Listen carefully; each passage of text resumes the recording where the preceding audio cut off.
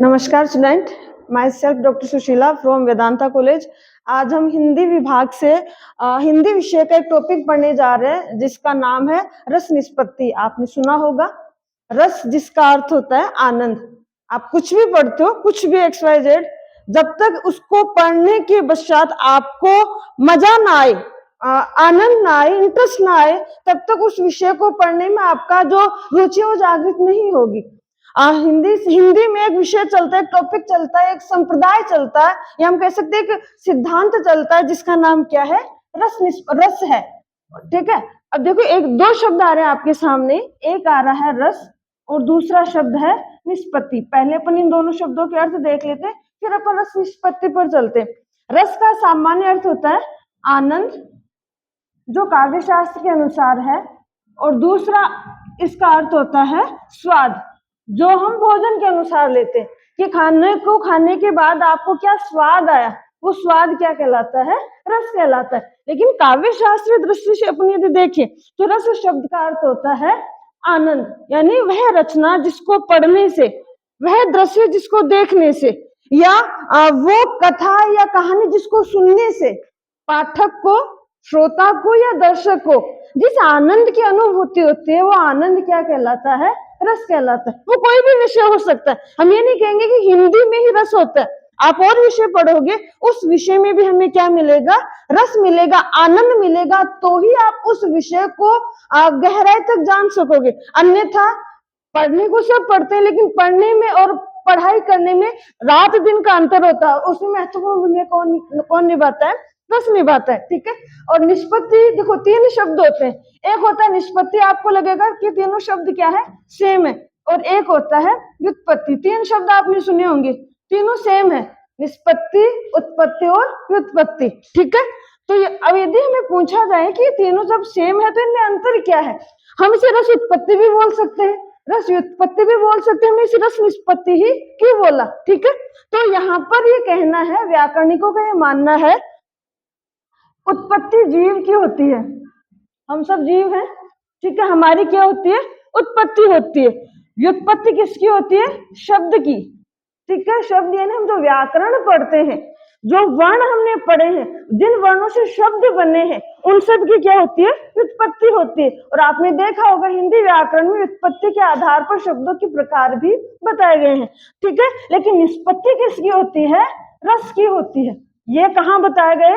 इस शब्द का उल्लेख काव्य शास्त्र में किया गया। किसने किया है उस पर भी बात करेंगे। ठीक है, तो पहला शब्द क्या था आपका? रस, जिसका काव्य शास्त्रीय अर्थ होता है आनंद। ठीक है, और शाब्दिक अर्थ हम क्या बताएंगे? स्वाद बताएंगे। दूसरा शब्द हमारे पास क्या था? निष्पत्ति। निष्पत्ति जिसका अर्थ होता है, निष्पत्ति जो शब्द किससे जुड़ा हुआ है? रस से जुड़ा हुआ है। उत्पत्ति जो शब्द किससे जुड़ा हुआ है? जीव से। और व्युत्पत्ति जो शब्द किससे जुड़ा हुआ है?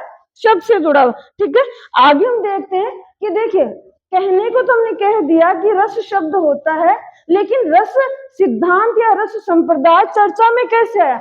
ऐसे कौन थे जिन्होंने रस को काव्य शास्त्र की न केवल मूल विषय बताया, अपितु हो सकता है आरंभ में रस को हमने काव्य शास्त्र का विषय माना, रस को हमने नाटक का विषय माना, लेकिन वर्तमान में जो रस है, रस के भीतर क्या होता है अभी हम देखेंगे। रस के अंदर हम हमारे मनोविचारों का अध्ययन करते हैं।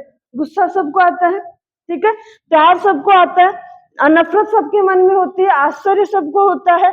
तो ये सारे क्या है? हमारे मन के भाव है, और इन मन के भावों का अध्ययन हम किस में करते हैं? रस में करते हैं। इसलिए प्रारंभ में हमने रस को, अभी चर्चा करेंगे कि एक विद्वान थे, संस्कृत के एक महान विद्वान थे जिसका नाम था भरत मुनि, जिनका जन्म ईसा पूर्व 2वीं शताब्दी में माना जाता है। इन्होंने एक पुस्तक लिखी थी, उस पुस्तक का नाम था नाट्यशास्त्र।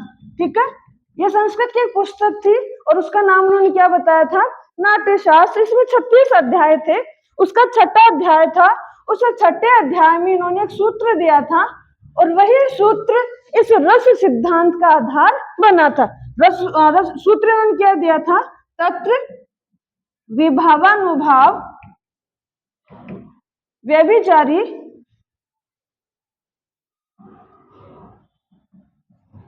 संयोगादृश निष्पत्ति। ये उन्होंने क्या दिया था, एक सूत्र दिया था, और इसी सूत्र को हम क्या मानते हैं, इस रस सिद्धांत का आधार मानते हैं। रस सूत्र किसने दिया था, भरत मुनि ने। किस पुस्तक में, नाट्य शास्त्र में। नाट्य शास्त्र में कितने अध्याय है, 36 अध्याय है। उसके 6ठे अध्याय में उन्होंने एक सूत्र दिया, और सूत्र उन्होंने दे दिया, तत्र विभावानुभाव व्यभिचारी भाव संयोगादृश निष्पत्ति। पहले इस सूत्र को समझोगे तो शायद हम रस के समीप पहुंच जाएंगे। क्यों, और देखो प्रारंभ में शायद हो सकता है भरत मुनि का उद्देश्य काव्य शास्त्रीय दृष्टि से रस का उल्लेख करना ना रहा हो, उन्होंने किसी और उद्देश्य को आधार बनाकर रस का उल्लेख किया था, और वो हम किससे समझेंगे, इसी रस सूत्र से। रस सूत्र में उन्होंने तत्र शब्द का अर्थ बताया था रंगमंच, ठीक है। तत्र शब्द का अर्थ क्या था, रंगमंच था। दूसरा क्या है, विभाग। विभाग को क्या बोलते हैं, एक तरह से आप कारण ले लीजिए, रस उत्पन्न होने के कारण क्या कहलाएंगे, विभाग। अनुभाव किसे कहेंगे, विभाव के कार्य। रस के उत्पन्न होने के बाद जो कार्य किए जाते हैं वो क्या कहलाते हैं, अनुभाव। और लास्ट कौन से होते हैं आपके, संचारी भाव। संचारी भाव सह कार्य आप कह सकते हो, यानी इस कार्य को संपन्न करने के लिए जो और काम आप करते हो वो क्या कहलाते हैं आपके, संचारी भाव। पानी का बुलबुला आपने देखा होगा, पानी में बुलबुले उठते हैं समाप्त हो जाते, उठते हैं शांत हो जाते, वैसे संचारी भाव होते हैं, उठते हैं समाप्त हो जाते हैं, शांत हो जाते हैं, पुनः उठते हैं, पुनः शांत हो जाते हैं। जब भरत मुनि ने रस सूत्र दिया उसमें ये शब्द निकल कर आए, तत्र किसे कहेंगे, रंगमंच को। विभाव, अनुभाव और संचारी भाव, दो शब्द और आ रहे उसमें, एक आ रहा है संयोग और दूसरा कौन सा आ रहा है आपका, निष्पत्ति। ये जो रस सिद्धांत है, ये जो रस संप्रदाय है, वो इन्हीं दो शब्दों के आधार पर चर्चा का विषय बना था। क्योंकि भरत मुनि ने ये सूत्र तो दे दिया था, लेकिन वो जो उन्होंने जो संयोग और निष्पत्ति शब्द बताए उस पर विद्वानों में अनेक मतभेद उपस्थित हो गए, उत्पन्न हो गए। उन्होंने, किसी ने कहा संयोग का अर्थ ये नहीं होगा, किसी ने कहा निष्पत्ति का अर्थ ये नहीं होगा, वो बाद का विषय, वो अपन बाद में देखेंगे। लेकिन पहले अपन इनके बारे में देख लेते हैं। जब भरत मुनि ने यह रस सूत्र दिया तो उन्होंने किसका उल्लेख किया है, रंगमंच का। और रंगमंच किसका विषय है, नाटक का। इसका मतलब भरत मुनि ने नाटक को आधार मानकर किसका उल्लेख किया था, रस का उल्लेख किया था, ठीक है। यानी प्रारंभ में भरत मुनि के द्वारा रंगमंच को अर्थात नाटक को आधार बनाकर रस का उल्लेख किया। ये कब का विषय है, प्रारंभ में, ठीक है। बाद में अनेक विद्वान आए, अलंकारिक विद्वान है। आचार्य भामह का नाम आपने सुना होगा, आचार्य दंडी का नाम आपने सुना होगा, ठीक है। आचार्य अभिनव गुप्त, आनंद वर्धन, बहुत से विद्वान है। और उन लोगों ने जब रस सूत्र को पढ़ा, रस संप्रदाय को पढ़ा, भरत मुनि के विचारों को पढ़ा, तो उनको लगा कि नहीं, माना कि भरत मुनि ने इसे नाटक का विषय माना है, लेकिन हम इसे काव्य शास्त्रीय संप्रदाय के रूप में भी क्या कर सकते हैं, सिद्ध कर सकते हैं। और उन्होंने, उन लोगों ने जो रस है उसको किसका विषय बना दिया, काव्य शास्त्र का विषय बना दिया। उसके बाद में वर्तमान में जब उन्होंने देखा कि भरत मुनि किसका उल्लेख करते हैं रस सूत्र में, वो कारण जिससे कोई भाव उत्पन्न होता है, वो कारण जिससे उस भाव के उत्पन्न होने को संपन्न करने का कार्य किया जाता है, वो कारण जो उस कार्य को सफल बनाने में हमारी मदद करते हैं। तो इसमें मुख्य विषय क्या आ जाता है आपका, भाव आ जाता है। विभाव, अनुभाव और संचारी भाव, मूल शब्द क्या रहा उसमें, भाव। और भाव मनुष्य का वो पार्ट है, भाव मनुष्य की वो भावनाएं हैं जो उसे अनेक प्रकार के कार्य करने में मदद करती है, उसे अनेक प्रकार के कार्य करने में या उसे आगे बढ़ने में उसकी मदद करती है। और ये भाव मनुष्य से जुड़े हुए हैं, मनुष्य के आगे बढ़ने से जुड़े हुए, इसलिए इन भावों को आधार मानकर वर्तमान समय में रस को मनोविज्ञान का विषय भी सिद्ध किया जा रहा है, ठीक है। लेकिन देखो वो अपने अपने मत है, अपने, क्योंकि हर विषय एक दूसरे विषय से जुड़ा होता है। हम ये नहीं कह सकते कि हिंदी अपने आप में अलग है या इंग्लिश अलग है, हर विषय का एक दूसरे से संबंध होता है और ये संबंध ही उन्हें एक दूसरे विषय के साथ जोड़ता है। जब भरत मुनि ने रस सूत्र दिया, जब भरत मुनि के द्वारा इस रस सूत्र में उल्लेखित रस के अंगों का उल्लेख किया गया, तो भरत मुनि ने एक उदाहरण देकर पाठकों को समझाना चाहता कि मान लीजिए ये क्या है, एक रंगमंच है। मतलब भरत मुनि बताना चाहते थे पाठकों को कि आपको रस की अनुभूति कैसे होगी, किसी रचना को पढ़ने से आपको आनंद कैसे मिलेगा। तो उन्होंने कहा कि मान लीजिए क्या है, एक रंगमंच है, रंगमंच में हम राम और सीता के प्रथम मिलन का उल्लेख करते हैं, रस की अनुभूति कैसी होगी उस पर चर्चा कर लेते हैं। ठीक है, ये एक उद्यान है। ठीक है, इस उद्यान में रात्रि का समय है, चारों तरफ हरी भरी हरियाली है। ठीक है, रात सुनिएगा, किसका उल्लेख कर रहे हैं, राम और सीता के प्रथम मिलन का, राम और सीता के प्रथम मिलन का उल्लेख कर रहे हैं। राम सीता से प्रेम करते हैं, सीता राम से प्रेम करती है। ठीक है, ओके। और राम और सीता एक दूसरे से मिलने के लिए आए, कहां पर, देखो प्रारंभ में क्या हुआ करते थे, बाग बगीचे उद्यान। आज तो क्या होते हैं, रेस्टोरेंट होटल जहां पर आप मिलने जा सकते हो, लेकिन वर्तमान पहले तो कहां पर मिलते थे, बाग बगीचों में, उद्यान में, नदी के किनारे, पेड़ के नीचे, जहां पर भी वक्त मिले, समय मिले, जगह मिले, वहां पर हम लोग मिलने के लिए जाया करते थे। राम और सीता भी उद्यान में मिलने गए। शब्दों को ध्यान से सुनिएगा, राम और सीता का प्रथम मिलन है, पहली बार एक दूसरे से मिल रहे, दोनों एक दूसरे से प्रेम करते हैं। ठीक है, लेकिन उस प्रेम को प्रकट करना है, जब प्रकट करेंगे तभी तो हमें पता चलेगा कि हम दोनों के बीच क्या है, प्रेम है। ठीक है, वो आते हैं, एक दूसरे को देखते हैं, वहां बैठ जाते हैं, लेकिन इससे पहले क्या होता है देखिएगा, हमने आपको बताया है विभाव, इनको साथ लेकर चलिए, अनुभाव, संचारी भाव और एक और चीज होती है उसे हम बोलते हैं स्थायी भाव। ठीक है, विभाव में दो चीजें होती है इसमें, एक होता है आपका आलम्बन और एक होता है आपका उद्दीपन। ठीक है, राम ने सीता को देखा, राम ने किसे देखा, सीता को देखा, और सीता को देखते ही राम के मन में कौन सा भाव जागृत हुआ, प्रेम का भाव जागृत हुआ। ये कौन है, ये राम है, ये कौन है, सीता है। जैसे ही राम ने सीता को देखा, राम के मन में कौन सा भाव जागृत हुआ, प्रेम का भाव। यानी किसके मन में भाव जागृत हो रहा है, राम के मन में। तो यहाँ पर राम कौन हो जाएगा, आश्रय, जिसके मन में क्या हो रही है, रस की उत्पत्ति हो रही है। किसको देखकर, सीता को देखकर। सीता यहाँ क्या हो जाएगी, आलम्बन, यानी रस उत्पन्न होने का कारण कौन है, सीता है।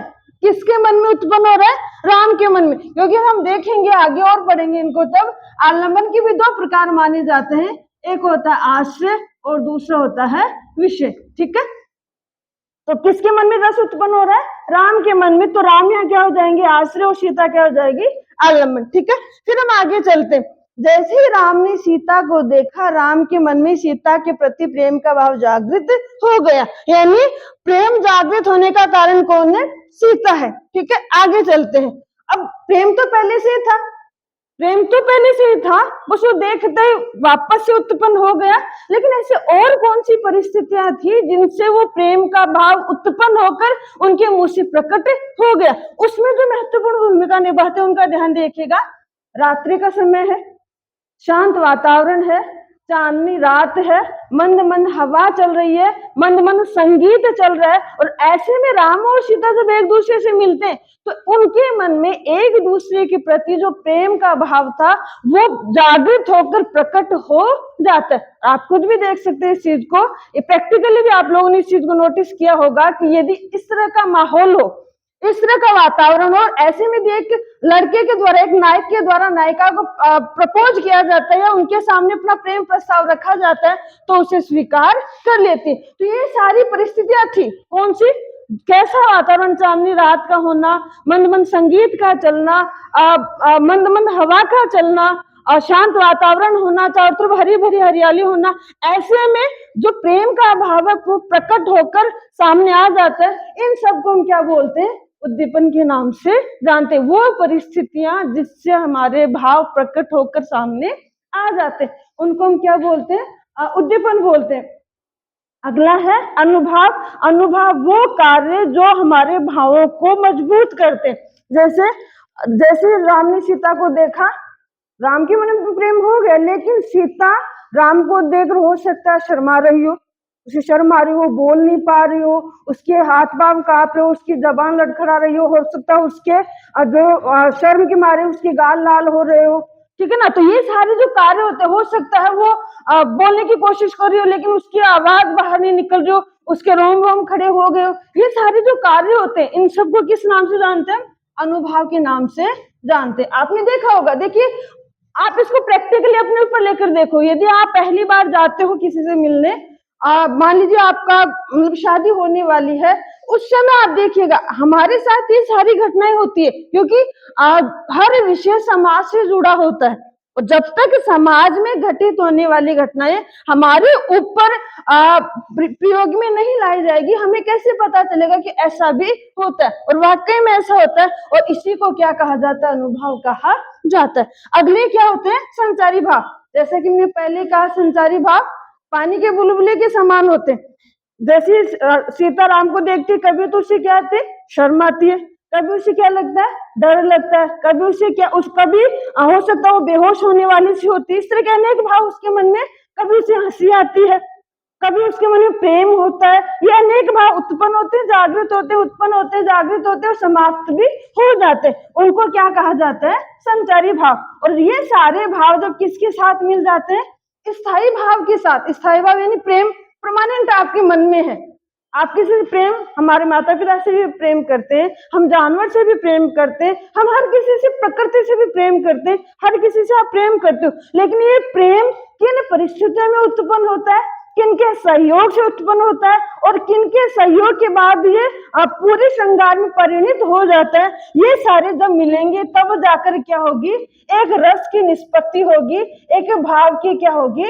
निष्पत्ति होगी। फॉर एग्जाम्पल हम ये कह सकते हैं कि रंगमंच पर जब विभाव, अनुभाव और संचारी भाव स्थायी भाव के साथ मिल जाते हैं, तब जाकर क्या होती है? रस की निष्पत्ति होती है। ये इस एग्जाम्पल में हमने आपको बताने की कोशिश की है। कहां पर? रंगमंच पर। ये रंगमंच था, यहाँ पर विभाव कौन है? राम और सीता। अनुभाव क्या है? हमारे द्वारा, सीता के द्वारा शर्माना, जो इस प्रकार के क्रियाकलाप किए जा रहे थे, वो सारे क्या थे? अनुभाव थे। संचारी भाव, भावों का उत्पन्न होना और समाप्त हो जाना, और प्रेम जो उनके मन में पहले से था। ये सारे भाव जब मिलेंगे तब जाकर एक रस की निष्पत्ति होगी, एक भाव पूरी तरह से हमारे मन में उत्पन्न होगा और उसी भाव की परिणति रस निष्पत्ति के नाम से जानी जाती, जिसका उल्लेख आचार्य भरत मुनि ने अपने ग्रंथ नाट्य शास्त्र में किया था। बाकी काम कल देख लेंगे, तब तक के लिए थैंक यू।